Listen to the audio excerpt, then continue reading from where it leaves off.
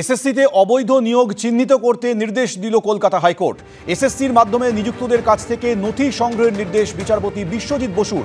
জেলা স্কুল পরিদর্শকদের নিয়োগ সংক্রান্ত নথি সংগ্রহের নির্দেশ হাইকোর্টের। নিয়োগ সংক্রান্ত নথি চেয়ে প্রধান শিক্ষকদের চিঠি স্কুল পরিদর্শকদের। কর্মরতদের কাছ থেকে এসএসসির সুপারিশপত্র, নিয়োগপত্র সংক্রান্ত নথি সংগ্রহের নির্দেশ। সংগৃহীত নথির ডিজিটাল কপি তৈরির নির্দেশ হাইকোর্টের।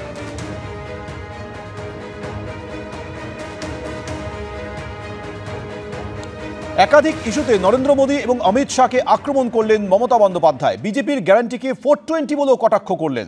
এমনকি অমিত শাহের বিরুদ্ধে বিধিভঙ্গের অভিযোগ তুলেছেন তৃণমূল নেত্রী, যা নিয়ে পাল্টা নিশানা করেছে বিজেপি। এত বড় মিথ্যাবাদী, এত বড় ভাওতাবাজি, এত বড় জুমলা প্রধানমন্ত্রী বা সরকার আমি আজ পর্যন্ত দেখিনি। এই রকম প্রধানমন্ত্রী আমি দেখিনি, যিনি দেশটাকে ভেঙে টুকরো টুকরো করে দিয়েছে। দেখুন, আমাদের রাজ্যের মুখ্যমন্ত্রী অসীম ক্ষমতাশালী। তিনিই মনে হয় সারা ভারতবর্ষের একমাত্র মুখ্যমন্ত্রী যিনি দেশের প্রধানমন্ত্রীকে তুই বলে সম্বোধন করতে পারেন। বিষ্ণুপুরে জনসভা থেকে ফের প্রধানমন্ত্রীকে তীব্র আক্রমণ করলেন মমতা বন্দ্যোপাধ্যায়। কেন্দ্রীয় স্বরাষ্ট্রমন্ত্রী অমিত শাহকেও নিশানা করেছেন। তার বিরুদ্ধে তুলেছেন নির্বাচনে বিধিভঙ্গের অভিযোগ।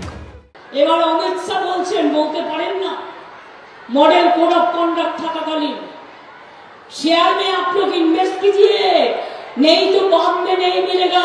তুমি বলো কে ইলেকশন হচ্ছে 400 আর শেয়ার বাজারে টাকা দিতে বলছো। তার মানে ভয়টা হয়ে গেছে, লোকের টাকা তুলে নিচ্ছে।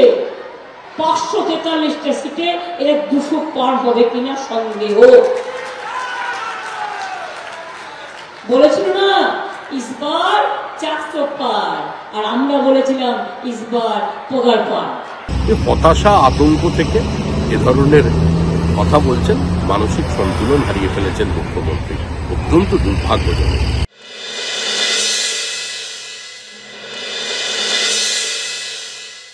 সবাইকে চোর বলেন, আর সবচেয়ে বড় চোর এরা।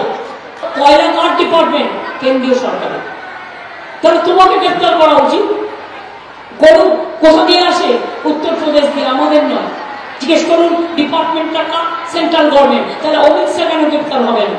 আরে আর তো কয়েকটা সপ্তাহ ক্ষমতায় তো চলে এসেছেন, তারপরে তো অমিত শাহকে গ্রেফতার করবেন, ইডি সিবিআই কে বাতিল করে দেবেন, যা মনের ইচ্ছা তখন পূরণ করে নেবেন। আর কয়েকটা দিন অপেক্ষা করুন। কেন্দ্রের সরকার করবেন, মুখ্যমন্ত্রী মমতা বন্দ্যোপাধ্যায় হবেন প্রধানমন্ত্রী। সোমবার পঞ্চম দফার ভোট গ্রহণ, তার আগে আক্রমণ, প্রতি আক্রমণের সরগরম রাজনীতি। আশাবুল হোসেনের রিপোর্ট, এবিপি আনন্দ।